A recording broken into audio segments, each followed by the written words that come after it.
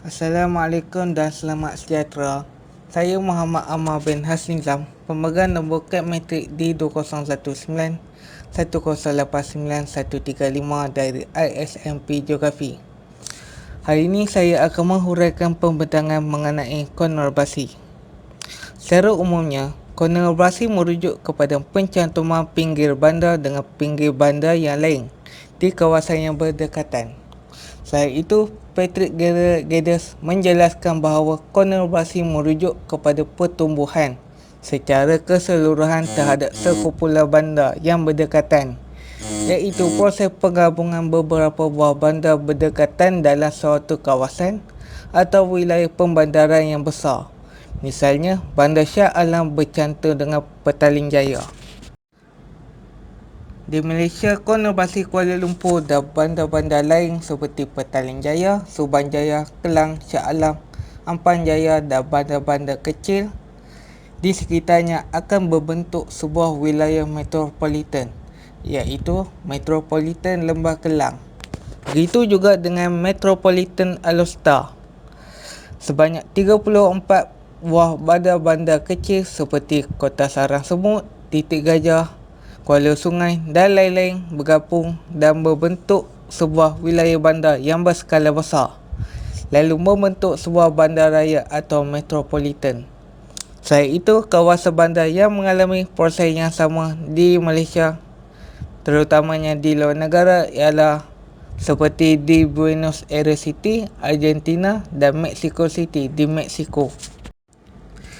Terdapat 5 faktor yang mempengaruhi proses konurbasi. Faktor yang pertama ialah pertumbuhan penduduk di bandar. Pertumbuhan penduduk di bandar yang pesat menyebabkan ruang bandar menjadi padat dan terpembina. Justru itu, kawasan kediaman juga berkembang dengan cepat, terutamanya di pinggir-pinggir bandar, oleh sebab perkembangan kemudahan pembandaran atau tumbuhnya sap-sap bandar. Di Selangor misalnya, kawasan sekitar Bandaraya Kuala Lumpur seperti di Seri Kembangan, Ampang, Ceras begitu cepat dan pantas berkembang dengan kawasan perumahan, sehingga ia menjadi sap-sap bandar yang bergabung dan mengelilingi Bandaraya Kuala Lumpur. Faktor yang kedua ialah pembangunan industri. Bagi lon-lon pinggir bandar yang mengalami kepesatan, menyebabkan proses pembangunan industri menjadi lebih cepat sehingga ia boleh bercantum dengan pinggir-pinggir bandar yang lain. Kebiasaannya, zon-zon industri dibina di kawasan pinggir-pinggir bandar. Apabila masing-masing bandar melokasikan kawasan industrinya di pinggiran bandar, maka mudahlah kawasan pinggiran tersebut berkembang dan bercantum. Seterusnya, faktor yang ketiga ialah jarak antara bandar. Jarak antara bandar yang dekat akan mempercepatkan penggabungan sempadan apabila berlakunya rebakan di bandar-bandar yang berhampiran. Misalnya, Petaling Jaya adalah jiran kepada Kuala Lumpur, manakala Shah Alam pula adalah jiran kepada Petaling Jaya.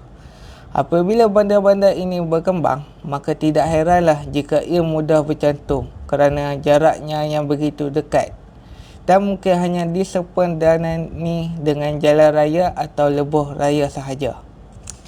Sehubungan dengan itu, kewujudan sistem pengangkutan mempengaruhi konurbasi.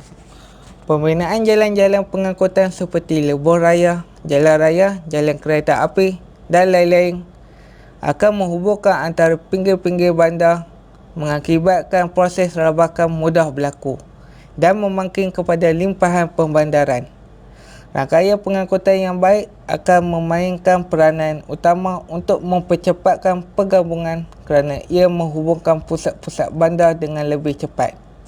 Secara lazimnya, sistem pengangkutan berkembang menyebabkan kawasan pertempatan dan lon-lon guna tanah yang lain turut juga berkembang selari dengan arah perkembangan jalan pengangkutan tersebut. Faktor terakhir adalah dasar kerajaan.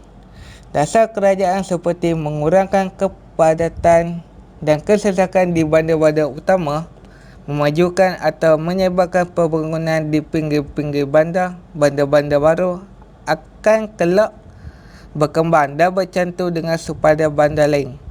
Bandar-bandar baru ini diwujudkan dengan pelbagai sebab. Selain itu, untuk mengurangkan kesesakan penduduk di bandar-bandar utama, ia juga disediakan sebagai bandar industri, bandar pentadbiran, bandar pendidikan dan lain-lain.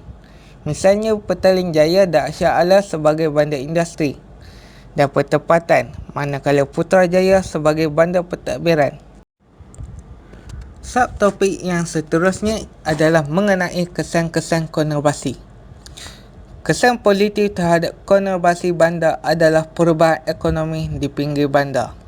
Hal ini disebabkan permintaan terhadap kawasan bagi membangunkan sebuah kawasan perindustrian, perumahan dan pusat perniagaan adalah sangat tinggi, sehingga mengasak kawasan luar bandar di pinggir bandar untuk berubah ke bandar. Misalnya, kawasan-kawasan yang dijadikan ladang pertanian akan diubah dan dimajukan lagi menjadi sebuah bandar baharu. Perubahan letakan aktiviti industri dari bandar ke bandar dan disertai dengan pembinaan perumahan kediaman serta kemudahan lain sama ada secara terancang atau tidak terancang. Seterusnya, kesan positif terhadap konurbasi bandar adalah peningkatan sistem pengangkutan dan perhubungan. Pembinaan jalan raya di antara bandar dan pinggir bandar menjadikan proses rebakan bandar berlaku dengan lebih cepat melalui aktiviti domestik seperti individu yang berulang-alik dari bandar ke pinggir bandar dan aktiviti perdagangan seperti penghantaran barangan dari pinggir bandar ke pusat bandar. Selain itu, pembinaan rangkaian perhubungan awam juga memainkan peranan yang penting. Misalnya, pembinaan laluan transif massa atau ETS di Lembah Kelang membolehkan kualiti hidup masyarakat meningkat oleh sebab kemudahan pengangkutan yang disediakan, di samping mengelakkan kesesakan lalu lintas dan menjimatkan kos perjalanan. Di sebalik kesan-kesan positif terhadap konurbasi bandar, namun terdapat impak negatif akibat konurbasi bandar, iaitu masalah sosial. Aktiviti migrasi masuk dari luar bandar ke bandar adalah tinggi sehingga menyebabkan berlaku pengangguran. Keadaan ini disebabkan peluang pekerjaan yang ada di bandar adalah terhad dan sedikit berbanding jumlah penduduk yang bermigrasi.